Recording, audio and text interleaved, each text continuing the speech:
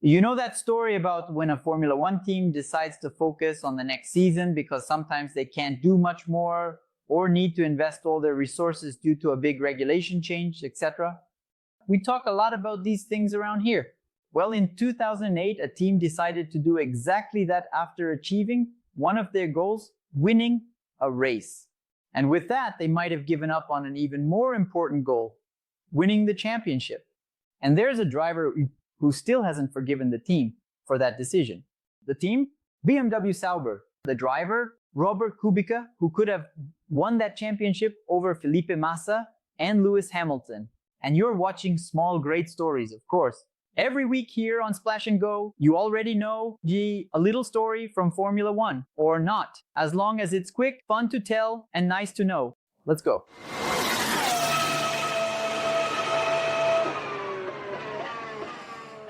Managing a Formula One team is a very complex task.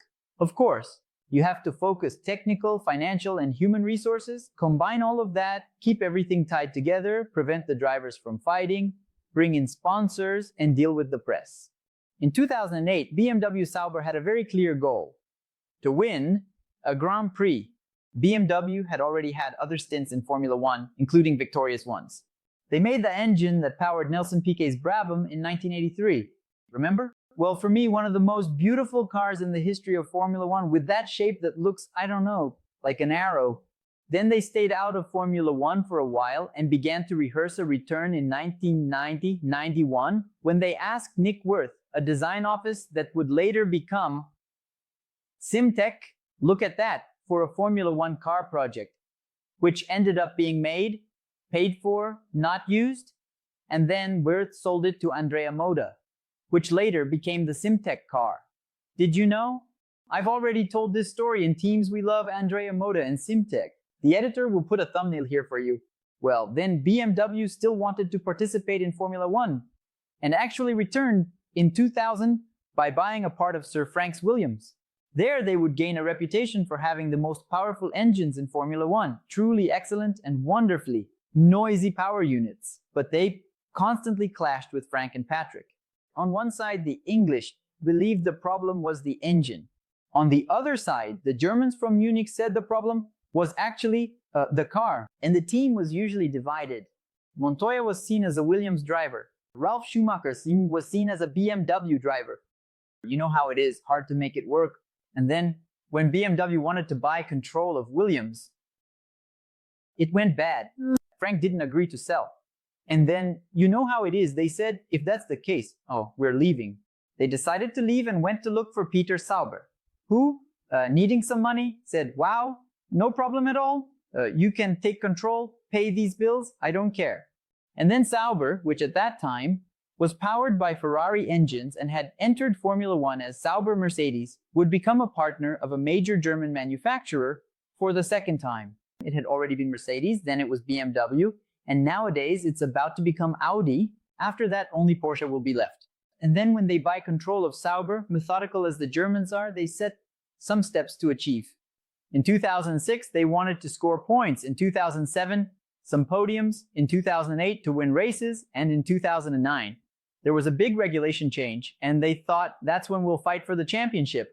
But sometimes destiny can play tricks on you and bring, perhaps earlier than expected, what you were waiting for. And then it's time to be flexible and adapt quickly. And then a German's flexibility, being methodical and rigid, might not quite fit the samba, maybe in your face, or with the focus of the blood, samba by my side, what we can do. If you don't sing, then everything goes. Why don't you sing? Why don't you sing? Why don't you sing? Because in 2008, Ferrari and McLaren, for the second consecutive year, were fighting for the title. It had already been like that in 2007. Although in 2007, you could say it was Ferrari and a copy of Ferrari, right? Because of the Spygate story there. Anyway, you get me. A topic for another video. In fact, I've already made that video. Cheating! Anyway, for the second consecutive year, Ferrari and McLaren, Massa and Hamilton were then narrowing down, and the fight was between them. But there was someone running on the outside while these two were splitting the points. A very fast driver, considered by many to be on the same level as Hamilton and Sebastian Vettel, and he even raced in the junior categories with them. Robert Kubica, the Pole. and then at the Canadian Grand Prix, he wins the race, his first and only victory in Formula One, and takes the lead in the championship. At that moment, BMW Sauber was such a force to be reckoned with that it was a 1-2 finish. Look, Kubica in first, Nick Heidfeld in second, and in 2008, the goal from 2007 of achieving podiums was common. Kubica was second in Malaysia, third in Bahrain, second in Monaco, first in Canada. Then third again in Europe, third in Monza, second in Japan. Heidfeld, on the other hand, was second in Australia, second in Canada, second at Silverstone, second at Spa-Francorchamps. You see, they were regulars among the top three. But then, when the Germans at BMW realized they had won a race halfway through the 2008 championship, they thought, perfect, we will focus all our resources, also on the 2009 car with the major regulation change. Our era of dominance in Formula One is coming, leaving both drivers at that point, especially Kubica, who was leading the championship with, high and dry. Because while Ferrari and McLaren went all the way, or in this case, literally to the last corner of the last lap of the last race, fighting Massa and Hamilton, as we know, BMW Sauber eased off on development and kept falling further behind. Podiums still happened until the end of the year, but their frequency dropped significantly. And meanwhile, Massa and Hamilton pulled away. Kubica speaks about this with resentment. I have exactly the same opinion as I did back then. In the end, I was involved and was in a situation where, unfortunately, I felt it could be our only chance to fight for the title.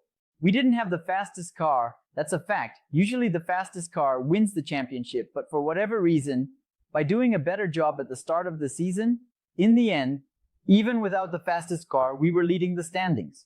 And he concludes by prophetically reflecting on the past, saying, you have to seize your opportunities because you never know when you'll get a second chance. Kubica, as we know, would not have the privilege of a second chance. He would continue in Formula One in 2011, but his career would be interrupted by a brutal rally accident. He would even return in 2019, but unfortunately he had missed the train of history, and the Germans at BMW, being too methodical and organized, let the chance for a title slip by, while aiming to win the championship the following year. This was yet another small great story from Splash and Go. I hope you enjoyed it. Leave a like, it's free, costs nothing, and helps the channel a lot. Do me a favor, do us a favor, and don't forget to leave your hype and a comment, any comment. It can even be a little emoji, a thumbs up, a checkered flag, whatever. I always ask here, because then the algorithm understands this as engagement and spreads our small great story across the internet, and more people get to know the channel. Is that okay? To not miss anything we do here, we have notification channels on Instagram, Telegram, and also WhatsApp. You join and start receiving notifications automatically every time I publish something here. Finally, we're sharing here the handles of our social media, Instagram, Twitter, Threads, and TikTok, where there's content all the time. Deal? So that's it. Thanks, and a big hug.